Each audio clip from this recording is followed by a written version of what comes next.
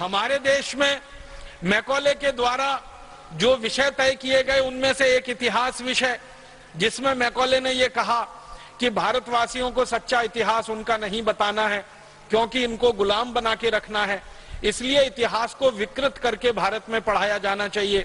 तो भारत के इतिहास को पूरी तरह से उन्होंने विकृत कर दिया।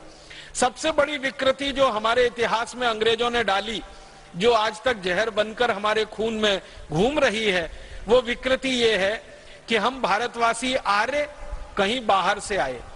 सारी दुनिया में शोध हो चुका है कि आर्य नाम की कोई जाति भारत को छोड़कर दुनिया में कहीं नहीं थी, तो बाहर से कहां से आ गए हम।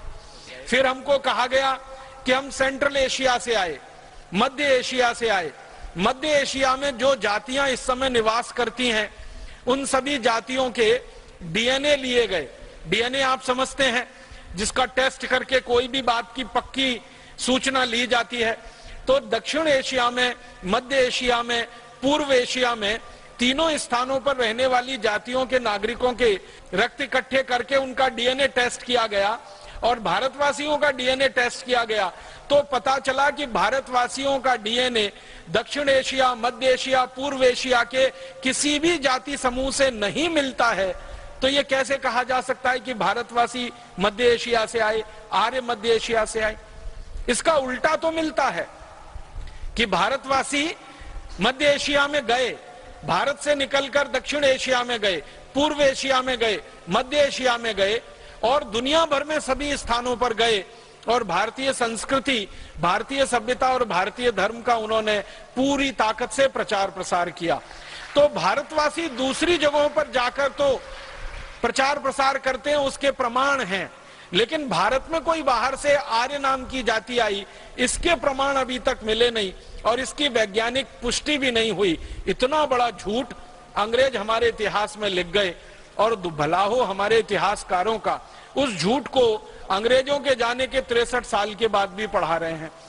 अभी थोड़े दिन पहले दुनिया के जेनेटिक विशेषज्ञ जो हैं, जो डीएनए, आरएनए आदि आदि की जांच करने वाले विशेषज्ञ हैं, इनकी एक बड़ी भारी परिषद हुई थी, कॉन्फ्रेंस हुई थी और वो कॉन्फ्रेंस का जो रिसर्च का बिल्कुल अंतिम निर्णय है वो ये कहता है कि आर्य भारत में कहीं बाहर से नहीं आए थे, आर्य सब भारतवासी ही थे, जरूरत और समय आने पर वो भारत से बाहर गए थे।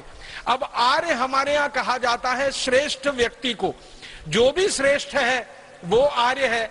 कोई ऐसा जाति समूह हमारे यहाँ आर्य नहीं है। हमारे यहाँ तो जो भी जातियों में श्रेष्ठ व्यक्ति हैं वो सब आर्य माने जाते हैं। वो कोई भी जाति के हो सकते हैं, ब्राह्मण हो सकते हैं, क्षत्रिय हो सकते हैं, शूद्र हो सकते हैं, वैश्य हो सकते हैं। किसी भी वर्ण का कोई भी व्यक्ति अगर वो श्रेष्ठ आचरण करता है, हमारे यहाँ उसको आर्य कहा जाता है। आर्य कोई जाति समूह नहीं है, वो सभी जाति समूहों में श्रेष्ठ लोगों का प्रतिनिधित्व करने वाला व्यक्ति है। ऊंचा चरित्र जिसका है, आचरण जिसका दूसरों के लिए उदाहरण के योग्य है, जिसका किया हुआ, जिसका बोला हुआ, जिसका कहा हुआ दूसरों के लिए अनुकरणीय है, वो सभी आर्य हैं।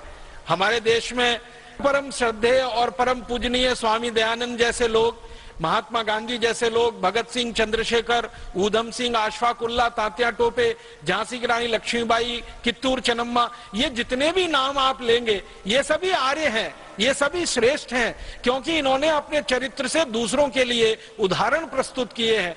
इसलिए आर्य कोई हमारे यहाँ जाति नहीं है। राजा जो उच्च चरित्र का है उसको आर्य नरेश बोला गया, नागरिक जो हमारे यहाँ उच्च चरित्र के हैं उनको आर्य नागरिक बोला गया। भगवान श्री राम को हम आर्य कहे, आर्य नरेश कहा जाता था उनको। श्री कृष्ण को आर्य पुत्र कहा गया, अर्जुन को कई बार आर्य पुत्र का संबोधन दिया गया, युधिष्ठिर, नकुल, सहदेव को कई बार आर्य पुत्र का संबोधन दिया गया, या द्रौपदी को आर्य पुत्री का संबोधन कई जगह है हमारे शास्त्रों में। तो हमारे यहाँ तो आर्य कोई जाति समूह है ही नहीं, ये तो सभी जातियों में श्रेष्ठ आचरण धारण करने वाले लोग, धर्म को धारण करने वाले लोग आर्य कहलाए हैं। तो अंग्रेजों ने ये गलत हमारे इतिहास में घुसा